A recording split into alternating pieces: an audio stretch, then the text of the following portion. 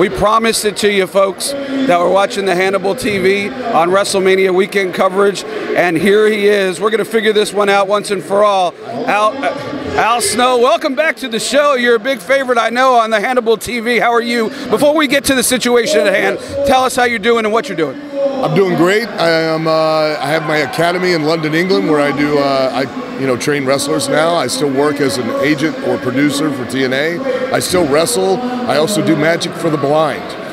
It's kind of my way to get back to the community. So I looked into that. I just didn't think I had a future. How'd you end up in London, real quick?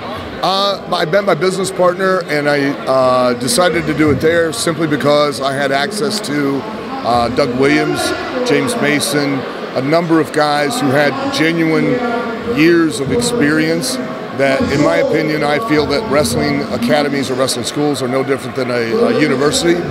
It's a place of higher learning to where you can go and get the skills to take advantage of the opportunities to make a career. So you need teachers, professors who have actual, real experience, because without experience you have nothing more than just information.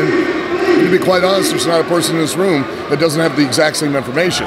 What they don't have is the experience to couple with that information to be able to translate that into a way to teach a young student so that they can take advantage of their own opportunities by avoiding mistakes and pitfalls that the teachers have. Like when a jabroni asks you to fill out a form and on your tryout, and listen, and you want to you don't want to, you want to look it over no. Here was the deal. You came in and you were just doing your job and you're running around. You don't know me from Adam. And I'm sitting there and you go, hey, I need you to sign this. And I'm like, well, can I look at it? And you're like, and you got all worked up. And well, nobody ever asked that. Everybody just wants to work. Who has to read the form? And then you took off with it. And then I think Terry Taylor came back in to give me like an in-depth kind explanation. I'm like, look, I just wanted to look at it and know what I was signing. Signed it, and then that was it.